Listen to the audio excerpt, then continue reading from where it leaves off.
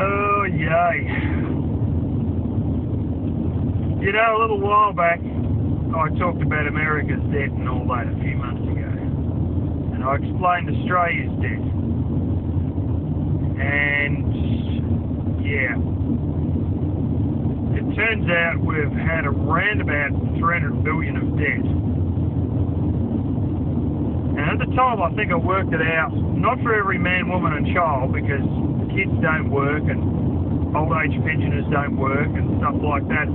I worked it out per each working person that we're looking at around $35,000, $37,000 of government debt per working person that we've got to pay back. It was some figure around there. I can't remember exactly. And, you know, I don't think I had quite 300 billion chalked up. I think it was less. I think it was 250 or something like that. But it turns out we're now around about $300 billion in debt. Now, in the last election, this Conservative government that came in, one of their big pledges was we're going to reduce the debt. And I knew we were around the 300 billion mark. Well, apparently, we also have a debt ceiling of around 300 billion. And it turns out that we're going to hit this ceiling by the end of the year. So they suddenly find out now. And so they want to increase this debt ceiling to 500 billion. And they said, we're probably only realistically going to borrow 400 billion. You know, another 100 billion on top of what they've already borrowed. And I'm sitting there going, hang on a minute, I thought we were going to decrease the debt. They go, well, you know, we can't just turn things around overnight. We've still got to borrow a bit more money to be able to get everything geared right again, you know, to start reducing the debt. Because basically the government is you know, has been going about, I think it's 125 million dollars debt each week. Just to keep paying wages and all that, they're going to have to keep digging into debt until they turn all the budget around and straighten things out again, and write up a new budget and decide what they're going to chop and you know, what's staying and what's going and what not, to save money and start getting out of debt. But they want 500 billion, so they got a bit of headspace, a bit of breathing room, but they only expect to borrow about 400 billion. So they're saying now. Anyway, I do have confidence they will get the debt down, because every time the Conservatives have come in, they've flattened the debt. They've brought it out to nothing. They've kicked some butts and got it straightened out. So yeah, it's a bit unfortunate that we've got to keep digging deeper. But that's what they reckon we need to do to be able to turn it around. They're going to do a number of different things. They're working on what they're calling the Henry report. Henry as in old man's name. Now this report, the preliminary findings of it are going to be out. It's like, I think it's actually called the Henry Commission, but they're going to bring out the preliminary findings at the end of January.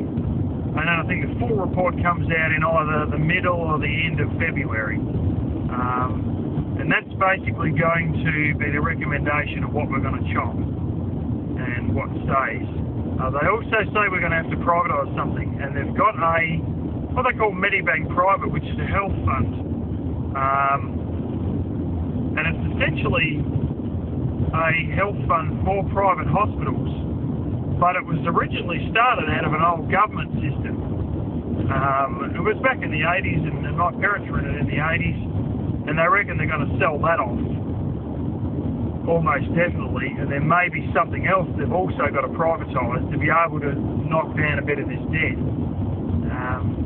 So, yeah, this is the unfortunate thing. You get Labor people, leftists, out of control, spend, borrow, and quite often the way that, you know, the only real way that they can try and get things back, sometimes they can pay the debts off, but there's been other cases like the power station system in this state where they've had to privatise something just to be able to get out of debt because they're so deep in debt. And it's always the Labor leftist government that digs us in debt and the Conservative government that gets us out. And you got all these blooming people wailing at all the cuts that are going to happen. Well, you know, we were living beyond our means beforehand and they can't seem to get that through their head. And when we're going to cut something, they start whinging.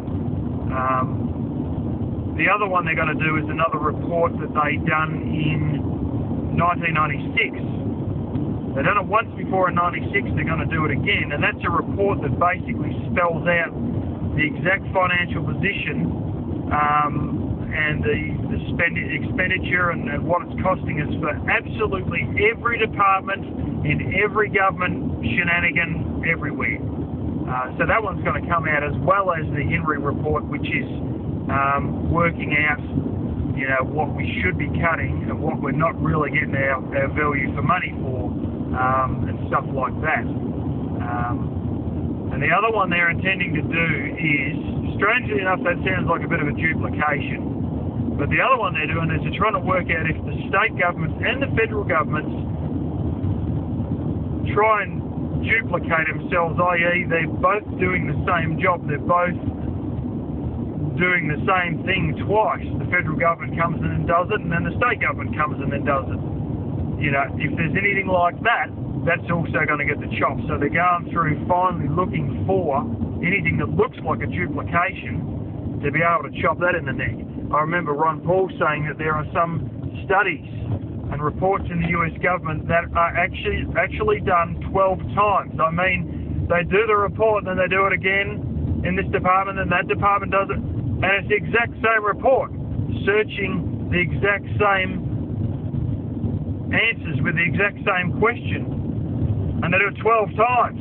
You know, and here we are paranoid that there might be something that we do 2 times, and if there is, they're going to put the axe straight through it. So it's good that we've got a government now who's going to get us out of debt, and I say that knowing that that's going to be the case because they've always done it before. But, you know, it's a bit of a pity we've got to keep digging a little bit deeper before we can turn things around. And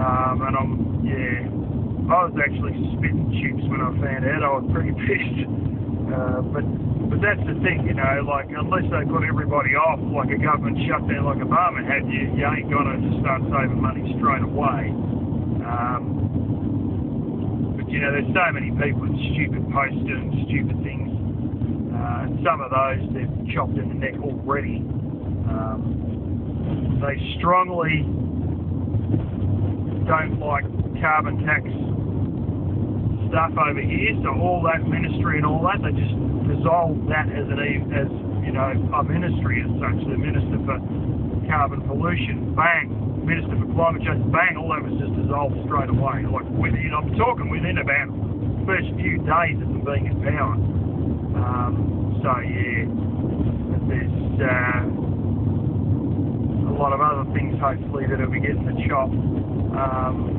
You know, that may be unnecessary. And I can see there's plenty of things that have been, when the Labor government was in, they were essentially just making jobs. They were making these jobs and paying these wages 100% out of debt, you know, which is not making jobs, you know. That's, God blimey, it's almost, you know, bordering on communism, just making government jobs. We'll give you a job, we'll just make one up and give it to you, you know. And some of these jobs that people have got from that being done by the leftist government are basically pointless jobs. So I think a lot of those will get the heave, and those people can go out and get a real job. But anyway, that's just the little soiree that's been happening over here in the last couple of days. And I thought I'd tell you all about it, and I hope things work out.